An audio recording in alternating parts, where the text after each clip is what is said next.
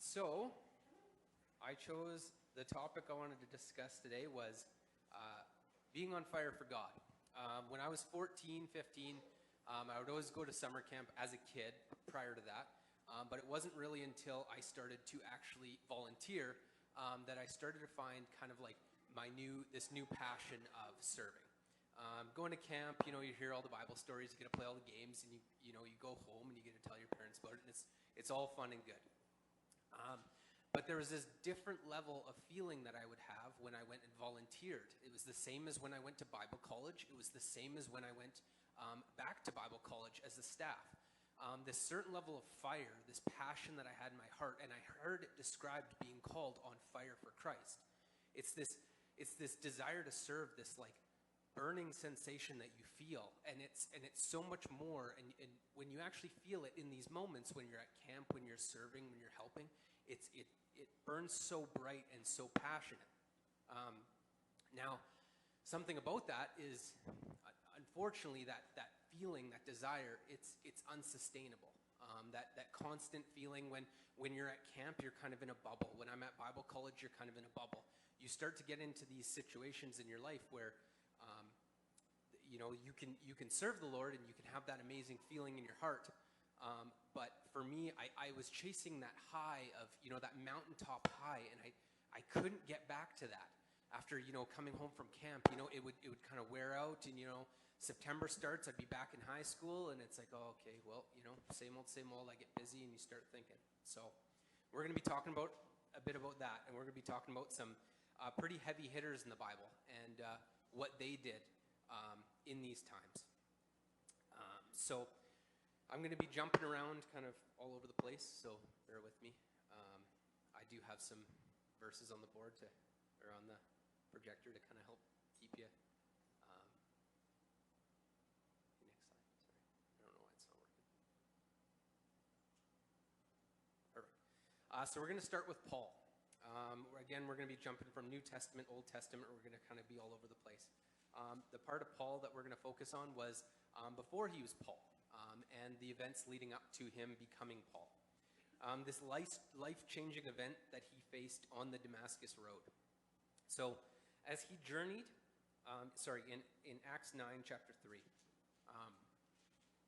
as he journeyed, he came near Damascus, and suddenly a light shone around him from heaven. And then he fell to the ground, hearing a voice saying to him, "Saul, Saul, why are you persecuting me?" And he said, "Who are you, Lord?" Then the Lord said, "I am Jesus, whom you are persecuting. It is hard for you to kick against the goads." So he trembled and astonished said, "Lord, what do you want me to do?" Then the Lord said, "Arise and go into the city, and you will be told what you must do next." Now, I don't want to focus on the entire story of Paul. We'd be here all day. But I want to focus on that instant life-changing moment that he faced. Saul, leading up to this, was persecuting God's people. And then after this, there was a complete transformation that took place. This instant life-changing experience of going from a persecutor to a follower. Instead, we're going to focus on this quick, radical transformation that took place. So, leading up to this, you'd think, okay, this is the fire moment. This is the point in his life where everything changes, and he's on fire, and it happens, and he starts going. That's not the case. After his conversion, Paul did end up preaching briefly in Damascus and Jerusalem. But then he went to Arabia for a period of solitude and preparation. In Galatians 1:17 and 18, it says, "Nor did I go to Jerusalem to those who were apostles before me, but I went to Arabia and returned again to Damascus. Then after 3 years, I went up to Jerusalem to see Peter and remained with him 15 days. Fast forward again to Galatians chapter 2, verse 1. It says, "And then after 14 years, I went up again to Jerusalem with Barnabas and also took Titus with me." We learned during this time from the epistles that Paul was facing persecution, he was seeing visions, and he was also being reaffirmed by God of what his calling was. So it was about 3 years before he began his ministry, and even longer before he began his entire ministry journey, which was about 14 years of time. In this time, he was preparing, he was growing. Paul was not overlooked, but he was being developed.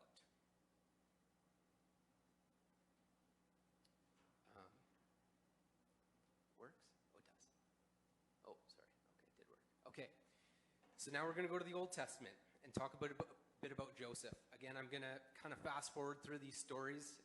They're probably stories that you've heard, and I hope you have. And if you haven't, come talk to me after, and we can talk about them. But in Genesis 37, so Joseph was a child when he started to have these prophetic dreams.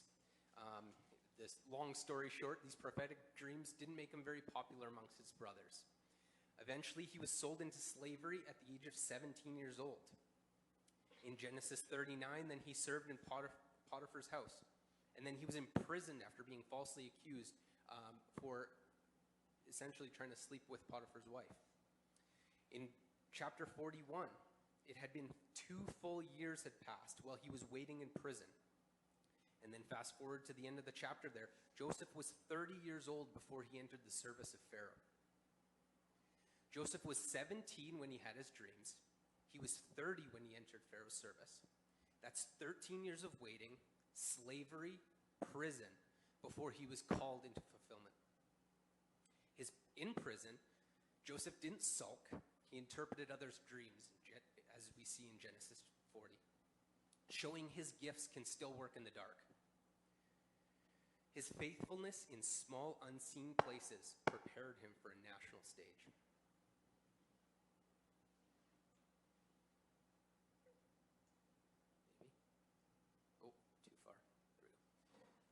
Now on to Moses in Exodus. So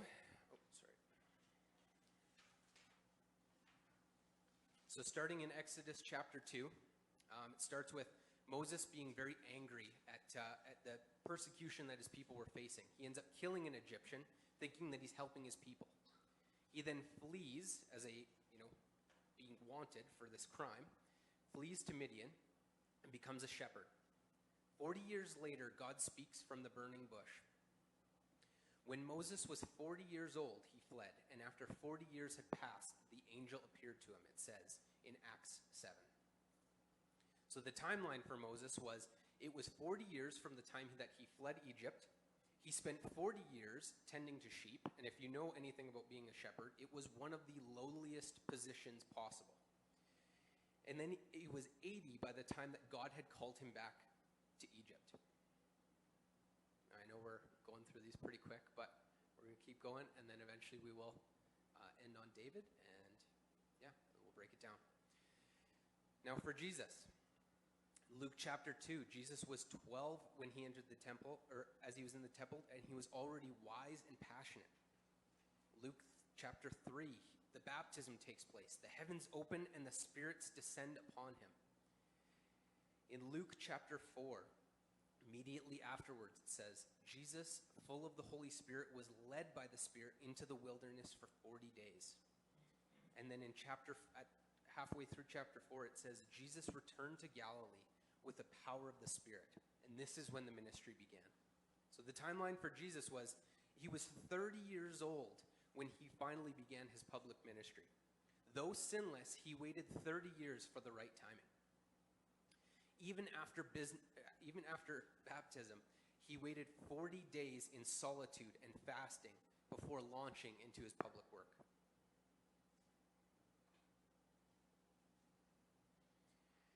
And then we have David. I'm sure you've heard the story.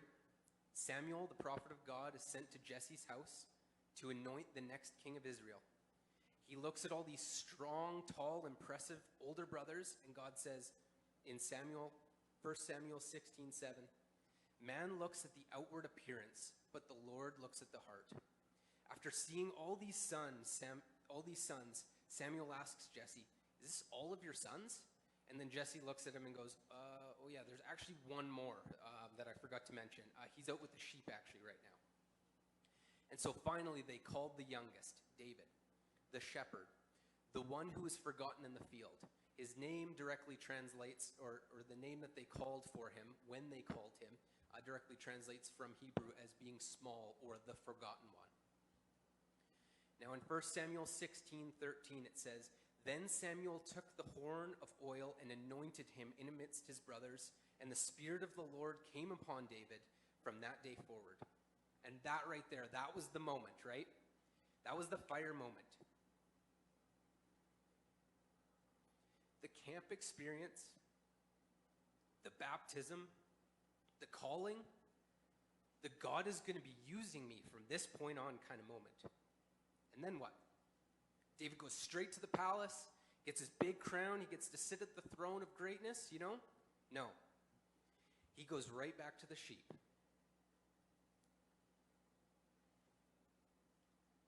The Spirit of God was on him. He was the chosen one, the future king of Israel.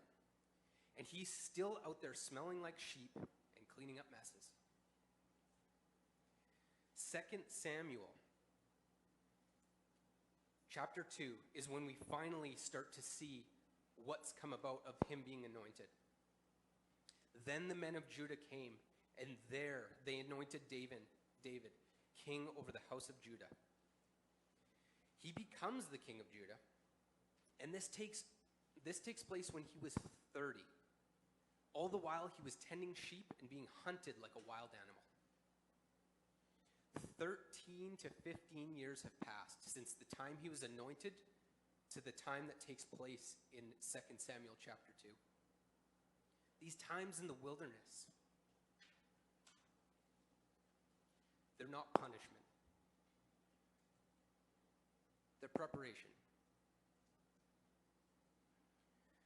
Deuteronomy 8:2 says, "And you shall remember that the Lord your God led you all the way these 40 years in the wilderness, to humble you, to test you, to know what was in your heart, whether you would keep his commandments or not."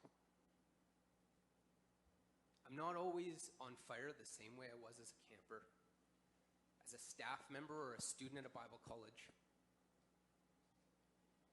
or the day I got baptized. That spiritual high, that mountaintop moment, like I said before, it's not sustainable day to day. And that's okay. Because God doesn't work in the flames. He works in the embers.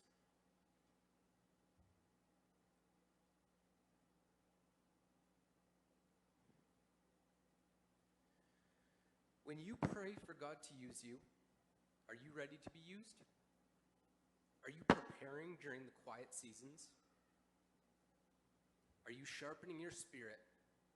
Are you growing in character? And are you building endurance?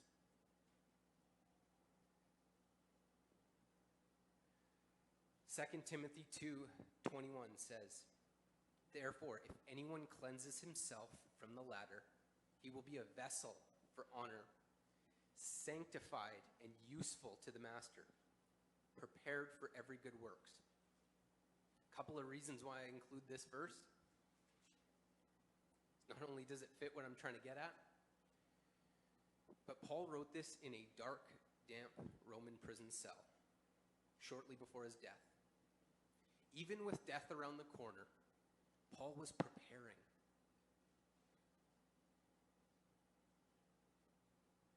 Are you preparing or are you waiting?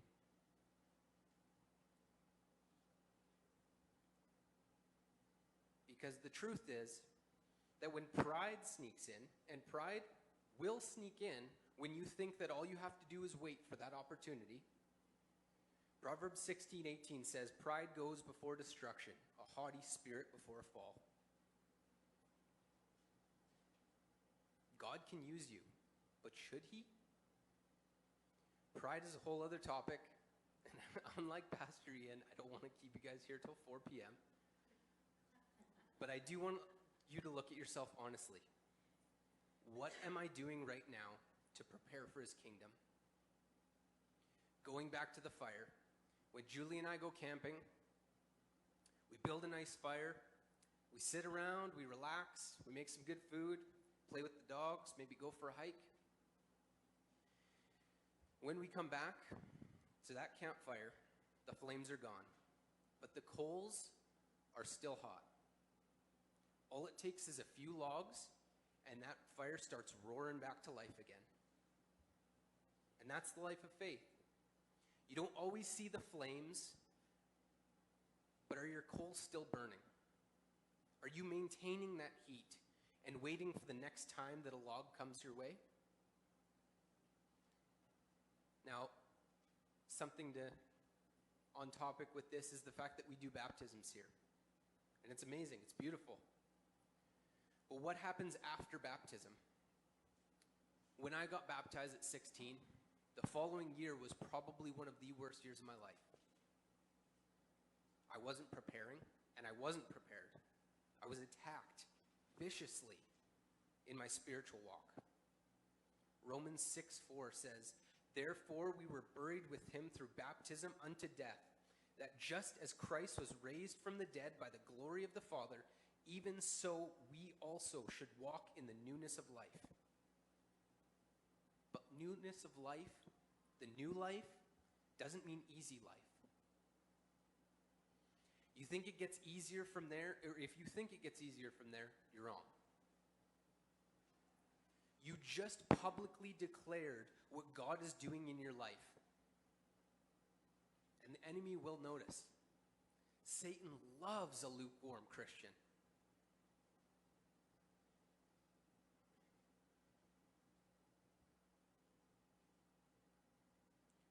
Prepare yourself during the times of rest.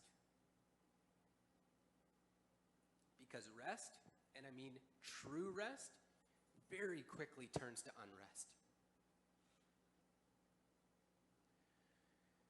1 Peter 5:8 warns, "Be sober, be vigilant, because your adversary, the devil, walks around like a roaring lion, seeking whom he may devour." When that moment comes, the challenge, the opportunity, the test, your coals need to be ready. The logs being tossed on the fire, like when Julie and I go camping, those are just the situations in your life, the opportunities for us to live our lives and display God. The fire that roars, those flames that dance, that's the light. The logs themselves, they don't burn on their own. They don't give off heat. They don't produce light. But you put them on those coals and watch what happens. The flame gets attention, but the ember gets things started. When the embers are primed and ready to go, that's when a fire really starts. When opportunities have been given, really ignite, and God's righteous glory shines through you. And don't get it twisted, that light is not yours. That's God.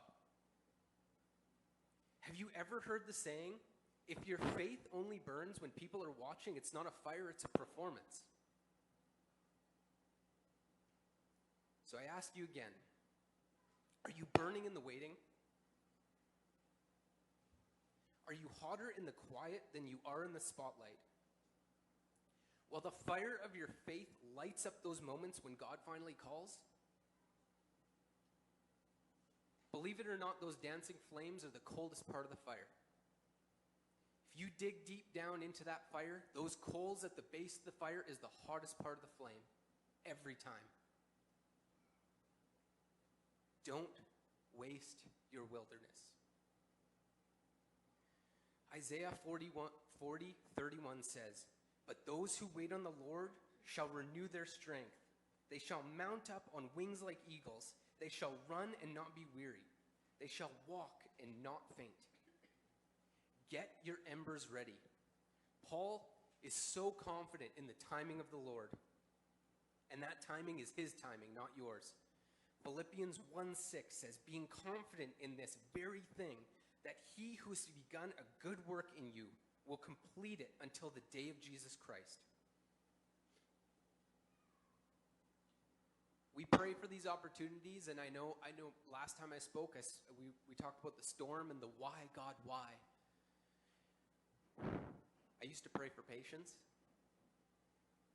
and I really quickly realized how dangerous that is, because he won't give you patience, but he will give you insane opportunities to be patient. Don't pray for God to light a fire if you aren't willing to let him shape the wood. Jesus fasted, Joseph waited, David prayed, Moses wandered, and Paul prayed. Each of them had a moment when the fire of calling was lit. But instead of stepping into that spotlight, they were led into the shadows, into the wilderness, into waiting, into the mundane. But hear this, they didn't waste it. They didn't let the flame flicker out. They used the quiet to grow stronger. They let the solitude refine them. They learned to lead when no one was looking. They fought battles no one saw. They whispered prayers no one heard. And through it all, their embers stay hot. The wilderness didn't disqualify them. When David was put back with the sheep, when Jesus waited his entire life to begin his ministry, they were being prepared. Because the fire God starts in you isn't always meant to be a wildfire. It begins as an ember, tucked deep in your soul, smoldering in silence, waiting for that right moment to burst into flames. So again, I say, don't waste your wilderness. Don't curse the season of obscurity. That's where God forges the kind of fire that lasts. Because when the moment comes, and it will come, there will be an opportunity, and when the opportunity is tossed on your life like a fresh log on the fire, will your coals be hot enough to catch?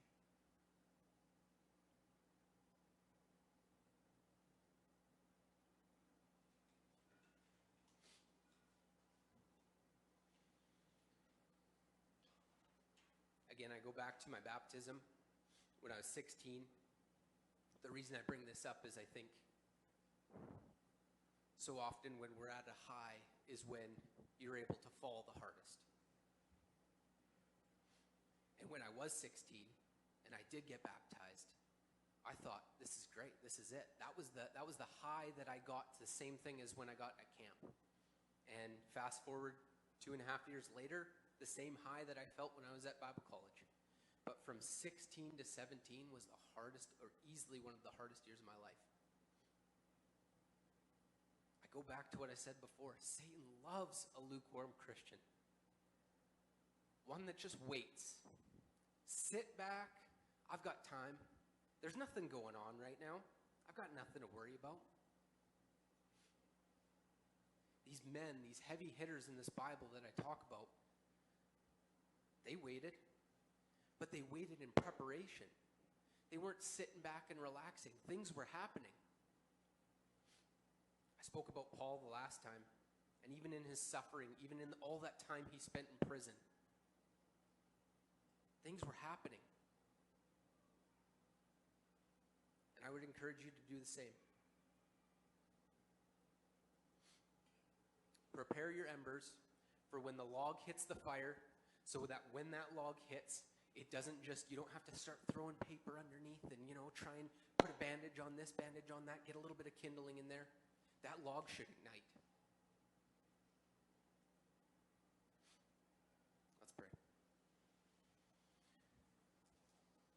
Dear God, I thank you for today. I thank you for this church. I thank you for what you're doing. I thank you for just the love that you have for us, the undeserved love that you have for us.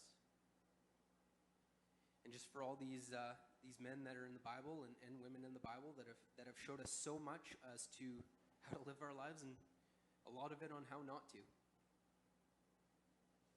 I thank you for you. I thank you for that someone as sinless and as perfect as your Son, Jesus Christ, waited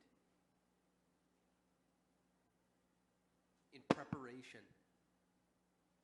He didn't waste his wilderness.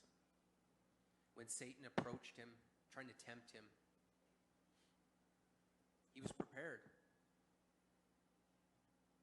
I pray that you would continue to shape us, prepare us, that we wouldn't be lazy, that we would look to you, look to your word. These moments where we don't feel like anything's going on spiritually, when we don't feel like there's anyone or anything that we can do ministry-wise, there's always something. Even if it just means cracking open the Bible. I thank you for who you are and the opportunities that you present to us at this church and outside of this church, in our communities. I pray that you continue to bless this church and the people in it. And as we go from here, that we would be able to take a little bit of this and just hopefully prepare those embers. Again, I thank you for who you are, what you've done for us.